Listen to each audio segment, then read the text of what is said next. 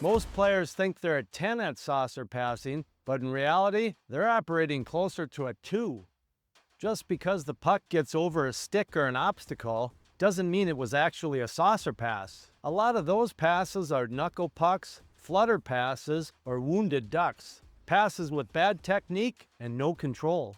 If that sounds familiar, don't worry, I'm going to show you exactly how I teach saucer passing, broken down into 4 simple parts you can practice at home. Let's get started. Part 1. Understand the mechanics. The first thing you need to understand to become a great saucer passer is that the puck has to spin. Saucer passing starts at the heel of the blade. I want you to visualize your stick blade like an airplane runway. If a plane tried to take off or land using only half the runway, it's probably going to run into some serious issues. The same thing happens when players only use half of their stick blade. You'll struggle to execute the passes you're trying to make. The very first thing I teach players is how to get the puck spinning.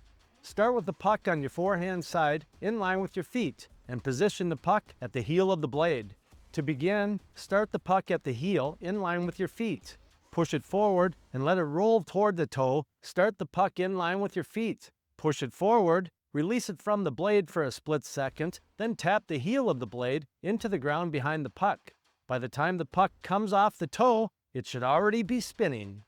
Part number 2. Finding your saucer passing spot.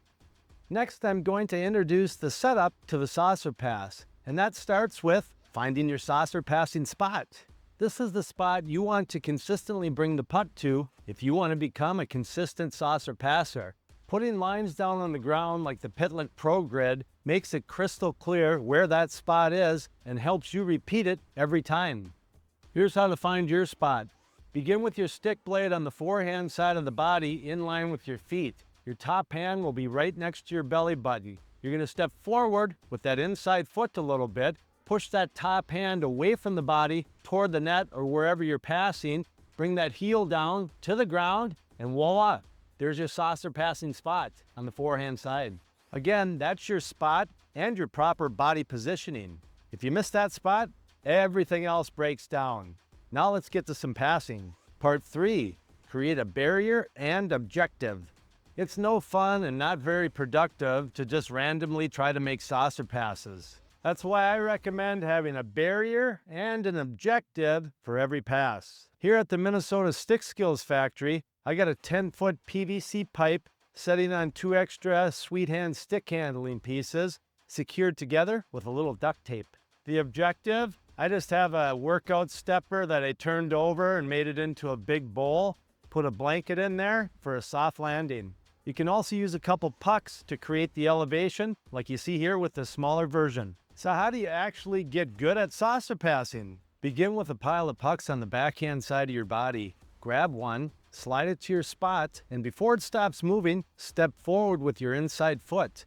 As that foot hits the ground, the heel of the blade taps the ground at the same time, getting the puck spinning going from heel to toe. Then flick the toe slightly to lift the puck over the barrier and float it into the objective. And don't worry if you don't get it right away. It takes some time. Just focus on making progress, getting a little closer each time. You'll get it eventually, and once you do, it never takes as long to get it the second time. Part 4. Rock the backhand. This is the most important part if you want to separate yourself from the players you're going to be competing against. One of my core mottos is this: whatever we practice on the forehand, we spend the same amount of time on the backhand. Let me show you a few key differences from what I just taught you on the forehand. So let's review the forehand. For me, it's just over the red line here. I step with my inside foot and I'm tapping the heel of the blade. When I slide it across, it is laterally. The backhand side, wherever my forehand is, it's going to be out anywhere from 6 to 12 inches further than my forehand side. And instead of sliding it laterally, I bring the puck at a backward angle. I'm still going to be stepping with my inside foot, and it starts at the heel of the blade, rolling towards the toe, getting that puck spinning. I almost forgot the follow through. On the forehand, once the puck leaves the stick, it comes up like this, where it's horizontal to the crossbar or the floor. And on the backhand, the same thing. I release it, and it comes up just like this. Not way up like that, just up a little bit. 10 minutes a day, 5 minutes on the forehand, 5 minutes on the backhand, adds up fast over a month or two, especially when most other players aren't doing anything. If you take one thing away from this video, let it be this. Great saucer passes aren't about luck.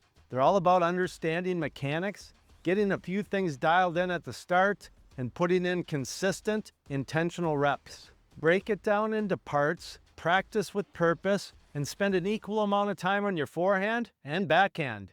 I'm going to keep saying it, 10 minutes a day adds up fast, especially when other players aren't doing any.